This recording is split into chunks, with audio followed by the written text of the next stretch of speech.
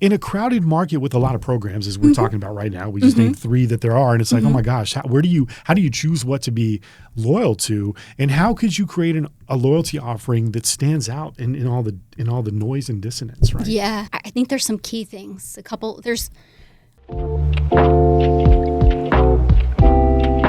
All right, everybody, what's up? Welcome back to What's the Point? This is episode 8. Nate Smith, Digital Creative Director, Point. My buddy Raul Espinosa over there in the corner. Today, we're super excited to have a very special guest, our newest addition to the squad. Well, one of our newer additions to the squad, not the newest because Rachel and Teresa and all of them are here. But Jen Bedford, our SVP of Client Services, joined us just 3 months ago. It's been 90 days already? It has. Holy smokes. In this episode, we're going to sit with Jen to explore the ever-changing landscape of loyalty programs and what it takes to build true, lasting customer relationships in today's competitive market. With deep experience across loyalty, CRM, analytics, and business transformation, Jen brings a unique perspective on how brands can design loyalty programs that go far beyond discounts and points, programs that drive meaningful engagement, incremental value, and long-term customer advocacy. Jen, how are you, dear? Thank you so much, Nate. It's a pleasure to be here, and your intro is just too kind. That's Raul's intro. Like I said, I'm just the guy that reads the stuff. Raul is the really the brilliant person behind all this. Thank you, Raul. I'm just like, I just stick and move, just get in here and just, hey, I got to read some stuff off. But yeah, no, he does a great job. So we're super excited to have you here today. Thank you so much for this 8th episode. We're trucking along. Yeah. So it's going to be fun to talk. So what's going on in your world right now? How are your first few months going? That's a great question. It's interesting. We're talking about loyalty today because I spent so much time in loyalty. But I would say some of the things that I've experienced here at Point are really invoking my right brain. There's some brilliant writers, some very creative designers. You guys nail stuff. I'm just thrilled to be a part of the team. And all I can say is I hope I can bring that left brain. I love engaging the right, but I'm hoping that my left brain complements all of you guys. So you are a little sharp thing. So we're going to get into some of why that is today. We're going to get your insights on some stuff. Appreciate it. So we're glad you're here. Thank you. So let's dive right in, shall we? Sounds great. Okay, so as it pertains to loyalty, what are some of the changes you've seen in loyalty programs over the years, and how does that impact the outcomes you're seeing today? Yeah, it's interesting when I think back, and I will date myself, so I won't go as far back when I started in loyalty all those years ago. But yeah, back then it was very transactional in nature. Yeah. I would say that the programs they offered value. They were really new and unique to the space. But I would say that they were quid pro quo. So, hey, I'll give you this and you exchange back with me. And so it's that transaction. Since then, nowadays, that type of loyalty really, that's just table stakes. You have to have the transactions as part of your program, but that's not really where it's at, so to speak. The reward programs have really evolved into more of an experiential and emotional type of engagement.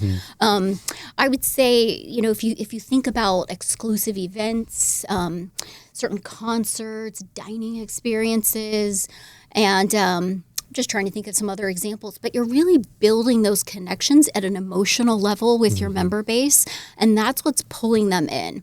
That experiential level of loyalty is really where you see your advocacy and your retention soar with your loyalty program. I would also say, and feel free to chime in at any point if there's something I say that triggers a thought. Feel free to ask. There's so much here that I just love to talk about it. So that's fantastic. But I would say, from a maturity standpoint and personalization, that's another key differentiator in how programs have evolved over the years. Early programs, of course, they still had tier levels where you could earn a little bit more the higher you climbed, and there was some reward for that. But today, I would say the data that's captured as part of your program provides a far more sophisticated way to engage with your member base. Sure. And I would say a key piece of loyalty today is the fact that, you have their explicit permission to use their data. It's somewhat inherent in the loyalty program itself. And when you have that wealth of data, we all know data is king. That's another part of my background. I'm kind of a data geek. So the ways You're a nerd. I'm a nerd, guys. Don't let the hat fool you. Yeah. So how much of that do you think? It's funny because I just talked to Ryan. Raul and I just talked to Ryan about. You had mentioned authenticity and loyalty programs. How much of that do you think is because social's made the world such a small place, and now we're moving away from the era of followers and likes into community-driven experiences, right? Yeah. How much of that how much of loyalty now do you believe is truly being driven by social and vice versa? But then also, what are a couple of brands that you see are doing it really well? Because I have mine that I know that I'm a part of that I know are doing it well, and I know they're doing it well because I continue to go back to them. Yeah. But what are some brands that you feel like are doing a really great job of it right now? You know, some of my favorite brands, I'll start with Starbucks. And I know maybe that's cliche, but it's so true. good. It just is. And I would say this kind of bleeds into probably an entire topic on what makes a loyalty program stand out. Yeah. But the level of integration and the frictionless experience that you have. I mean, Starbucks is killer. You can order right from the app. It makes it so easy and convenient. You can look at your stars, and start to accumulate, and you know what you can redeem. Yeah. And they do a great job of community, and they do a great job of building in gamification into their app. Yeah. It's smooth and sleek. Another example I would say is Chipotle. They do a great job. They're about to wrap up their summer game, or you had June, July, August to build extra stickers and points. They're really knocking it out of the park too. Yeah. I would say a third one out of that bunch is probably Chick-fil-A. Oh, Chick-fil-A does an incredible job. I've been a Signature member for a while now, so I know better than most. There shouldn't be one so close to the office, man. Right? And it's so tempting. easy to just go grab some nugs and fries or a salad or something. But yeah, it's I would say Starbucks is almost like the godfather of the loyalty program. Yes. Right? They probably started doing it because they started theirs pretty early at like the onset of when loyalty first really started to become a thing.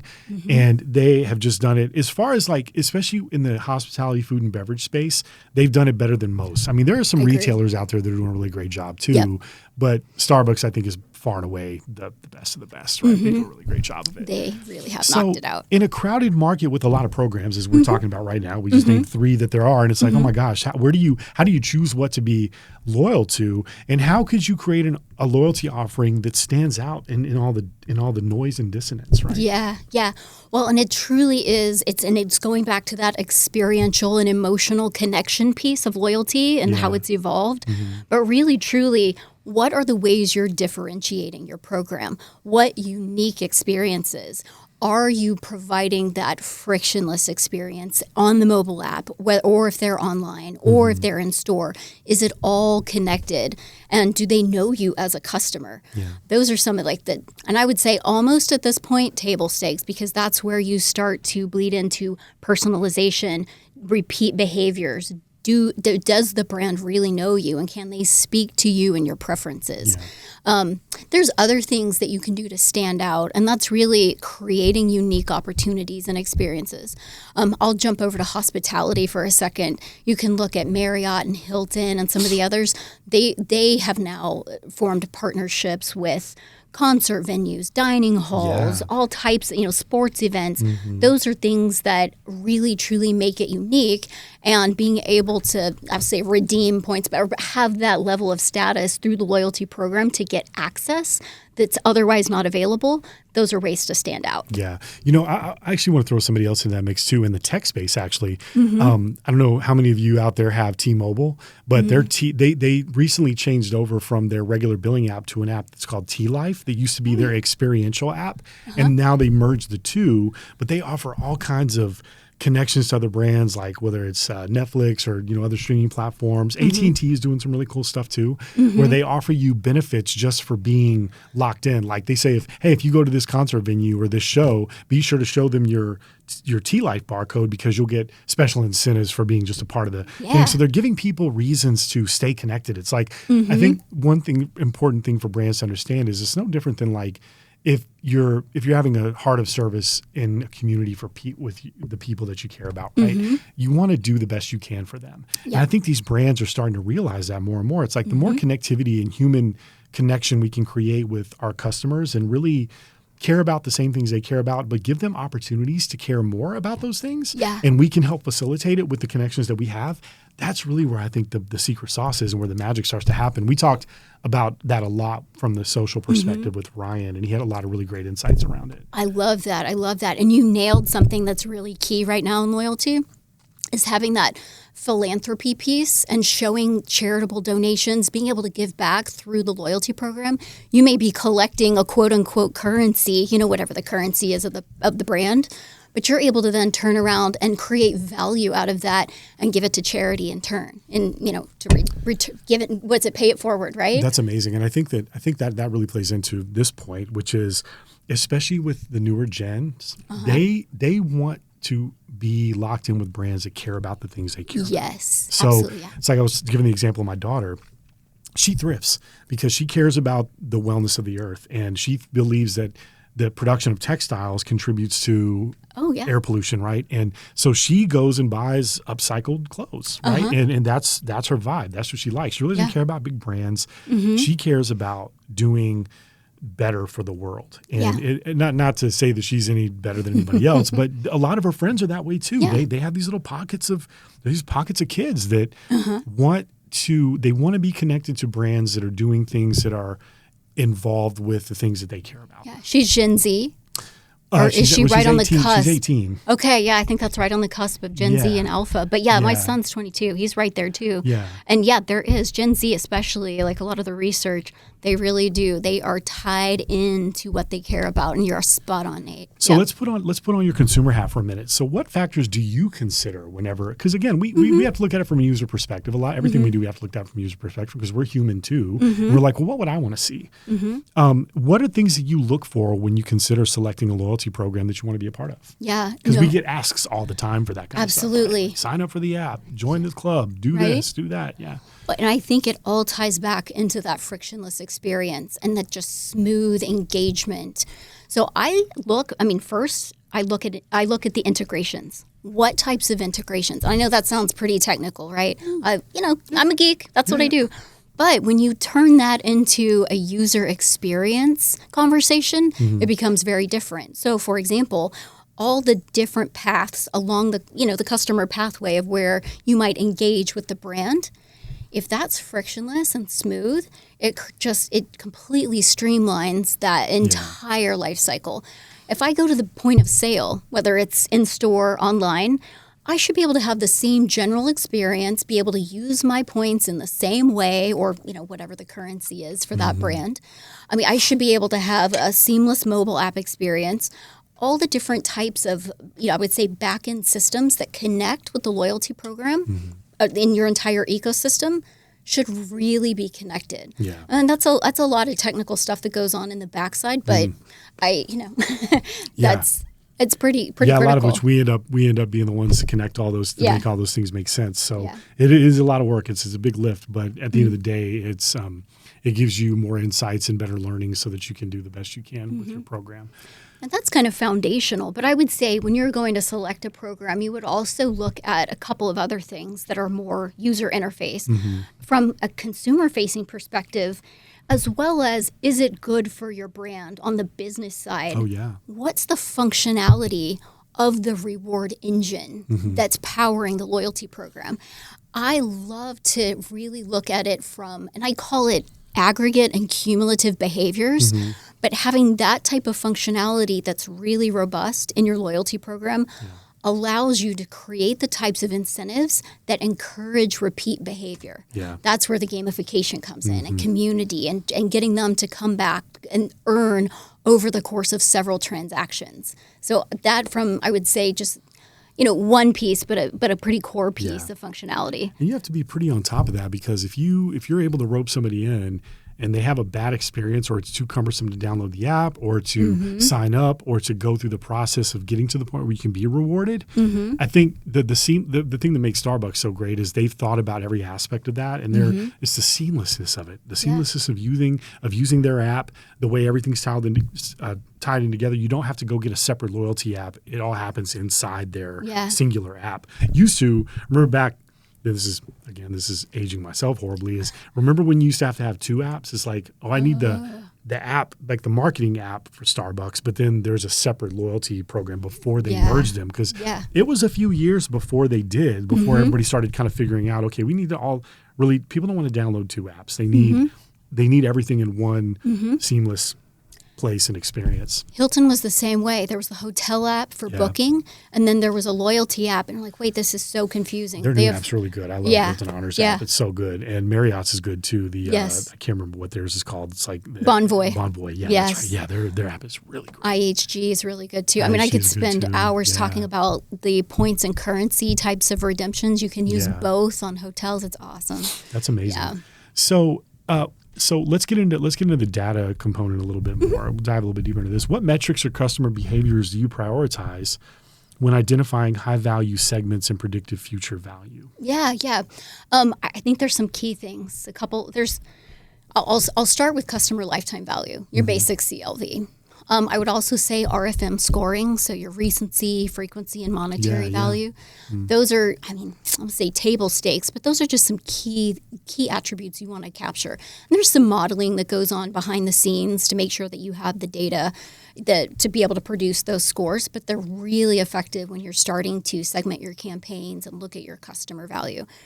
You can combine that with engagement rates, your churn rates, just average orders and things of that nature. I mean, there's a number of attributes you might look at, but collectively, you can use that data to predict future value. Yeah. So that's yet another, I would say, attribute that you would want to segment and model after. Yeah. And I would say data in general is, and we talked about this a little bit earlier, but data in general, driving personalization, driving segmentation, driving how you talk to how you speak with your customers and engage them is super critical. And so, we could probably have an entire podcast on organizing and cleansing data, pulling data from disparate systems together so you can holistically see what your customer's doing. But quite frankly, that's what a loyalty program really sits at the heart of, pulling all that data together so you can understand across systems, across transactions, across behaviors, what does this person look like? And then you run all this, and this is where I start to geek out. You run the models, regression analysis. You can do, whatever you need against that data to look at, okay, who are your top performers? Who should you target that's starting to lapse? Things like that. Yeah. So that's amazing. So we got a little bit of personalization and segmentation. What role does personalization play in building loyalty that lasts, that sustains? Yes. So, and that's a great question. And trying to make sure that we translate personalization into value, that is so critical. And I would say, again, another set of table stakes here, but people are really starting to expect personalization. Do you know who I am? Do you know what I like? And so when you get an email about a product that maybe you were searching that you went ahead and you bought, but then you get an email afterwards that says, hey, we noticed that you're looking at this, still interested? And you think, I just bought that. Yeah. You're not paying attention. Yeah. That's a poor experience. Yeah. Versus you have the brand that says, hey, we noticed that you like this. Can you give us a review? Or, hey, we noticed you purchased this. Come back, we got something complimentary for you. Like, you're really able to tag on. When I log into the Sephora app, it knows my past purchases and it says, hey, we'd like to recommend this. Or, hey, is it time to buy it again? It really encourages you to come back, and it's so easy and seamless. I think brands need to hire you to have a little animated GIF that plays, or a video you can click on that goes, "Hey, we noticed you like this. Do you want to grab this?" And you get like an extra 25% off. It's like, I'll buy it. So I'll do that. How long can I do that and get paid? Let's bounce back for a minute. So how would you use that data to evaluate whether a loyalty program is delivering incremental value versus rewarding existing behavior? Great question. So I would say start with member versus non-member cohorts. I mean, that's really your baseline where you look to see what's happening. Yeah.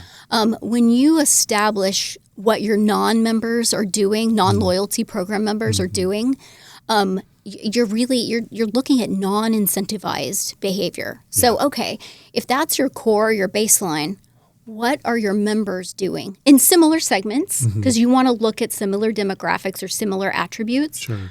Are they spending a little bit more? Are they a little more frequent? Are we predicting their lifetime value to be higher? That's where you can start to see that, yeah, your members really are a more valuable segment. I would also say on individualized campaigns, running that control group. So even if you're just targeting members with incentives, carve off that control group and see, are your members that are incentivized outperforming your control group? That's kind of the basics, but doing that, regularly, and it doesn't always have to be the same control group, of course, because you don't want to alienate a certain segment, but try across your customer base in the individual segments to carve off a control group and see how your incentives are performing across them. That's smart. Yeah. So, man, we've gone through all these really quickly. There's a couple more we have here that we want to kind of get at and get your insights around. So, how should companies think about balancing short-term rewards with that long-term customer value? Yes. Yep. I think that's pretty critical too, because you want to be able to have those short-term wins. And I think this is where you have different types of loyalty incentives. So I'll just use a couple of Hilton examples and this is from back in the day. Sure. But we used to differentiate and we would offer immediate bonus points. So if there was something where, let's say, they have average length of stay, ADR, which is their average daily rate, things like that, where they're looking at specific hotels. If that's falling, maybe they really need to boost that up. And so there would be specific hotel incentives like, hey, come stay here and get 2,000 extra points. Or, maybe it's a system-wide promotion where they're trying to encourage behavior. Hey, come on out and get 2,000 points every time you stay. Yeah. But then we had other types of promotions where they were longer term. And you're looking at that, long-term customer value. And a couple of those would be, okay, if we can get someone to stay 3 more times over the course of the next 3 months, we're extending their value and keeping them coming back. Yeah. This is where some of those cumulative and aggregate behaviors come into play. And that's looking at it more long-term. Yeah.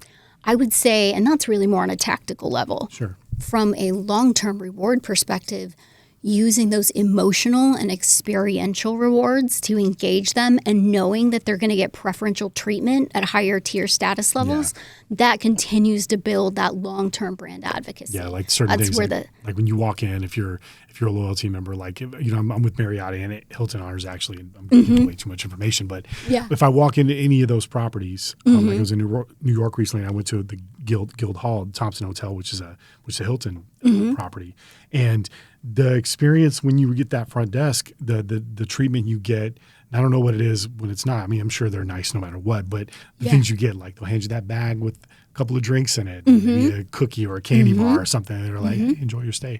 But also, Starbucks. Let's talk about short-term rewards, because you were talking about Chipotle a minute ago and the summer games that they do. Yes. But then also, like during Christmas, I love peppermint mochas. It's like one of my favorite. It's one of my favorite too. drinks, especially during the holidays. Yes. So Starbucks will hit me with the, hey, over the next this many days, buy 5 mochas, no matter what size they are, and get double points, right, on every one that you order. And then once you reach that 5th one or whatever it is, however many they tell you, then you get additional points on top of that, which ultimately leads to, or it's like a reward, like a free drink or something like that. So it's like, get an extra mocha when you buy 5 or something. So I always feel like them. I was like, yeah, they really do know me. Like that's something that I would be interested in, because they wouldn't, if I don't get Americanos, because I always pay with my app. If I'm not getting Americanos, and they're not going to offer me something that's Americano based, right? They're offering me things they know I want, and then I'm going to come back for anyway. Yeah. So like, well, let's, he's spending some money here, so let's give him some additional incentive to keep coming back and doing that. You've hit on some interesting psychology, and I'm going to give you my Starbucks rant too. Please, that's what we're here for. I love mocha, and yes, peppermint mocha during the holidays is my favorite. I get it outside the holiday. I had one yesterday. Oh, really? I thought they didn't bring the peppermint in. No, they serve it all year. Yeah, they serve it all year. I thought it was like pumpkin spice. It only happens. I try not to wear it out, because by the time the holidays get here, it's like, it's not as exciting. I know, right. But they don't carry like the pumpkin spice lattes. But they do peppermint year round. They do. Good to know. Well, it's interesting. So my most recent Starbucks offer included pick one of the following. Mocha, which I love just regular mocha too, and I get that too. throughout Me the too. year Me on too. occasion. Yeah.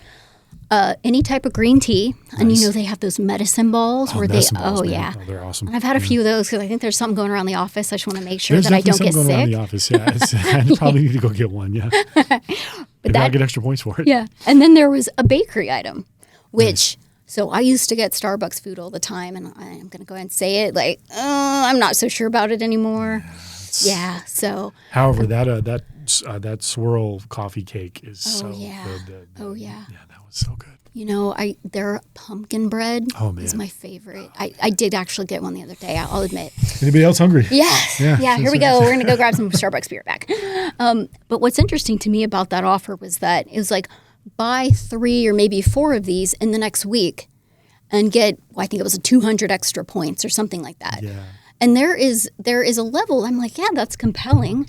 But I know I'm not going to buy 3 or 4 of those this week. Right. Like if they had offered me 2 with lesser points, I would have done it. Or those 4 over a longer length of time. Yes. Like what do you consider short term? Is it just a week? Is it a month? Because again, you're asking a lot of people, I think, but a lot of that's behavioral based too. So if I go to Starbucks every day and I usually get a handcrafted drink when I go, and I probably stop habitually, but I don't always just get coffee. I usually get a latte or something else, and you're looking at $6-7 a pop. So if they're looking at you spend $35 a week, right, or something like that, they're going to start to think that they've got the means to do this, obviously, or at least from what we can tell. Yeah. Let's extend this offer to them and see how that plays, but. They probably get some learnings real quick that, okay, he's not going to buy 5 breakfast sandwiches from us in a week. Yeah. Which somebody can make the argument to say, well, coffees are expensive too. I'm just make coffee at the house, if you have like an espresso or something. But that fresh brew, it kills me. It I got the little pods. I got Starbucks pods at home, but it's just not the same. White Rock Coffee, I still love you, by the way. That is not an admission of guilt. You guys are just right next to each other, and sometimes I stop one place and sometimes I stop the other, but y'all are great too, so much love.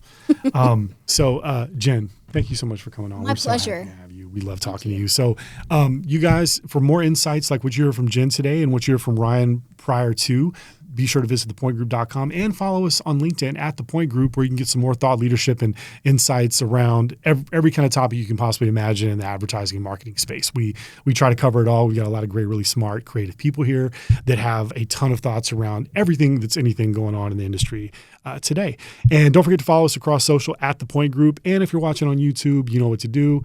Smash that the like and subscribe buttons down there at the bottom. Get in the comments. I don't know why I just flubbed the line, but be sure to connect with us there and let us know if you want to see more stuff like this, and let us know what you think, or if you have thoughts around any of it. We always love to chop it up about all this stuff. So until the next time, for Raul Espinoza, Nate Smith, Jen Bedford, we'll see you on the flip side.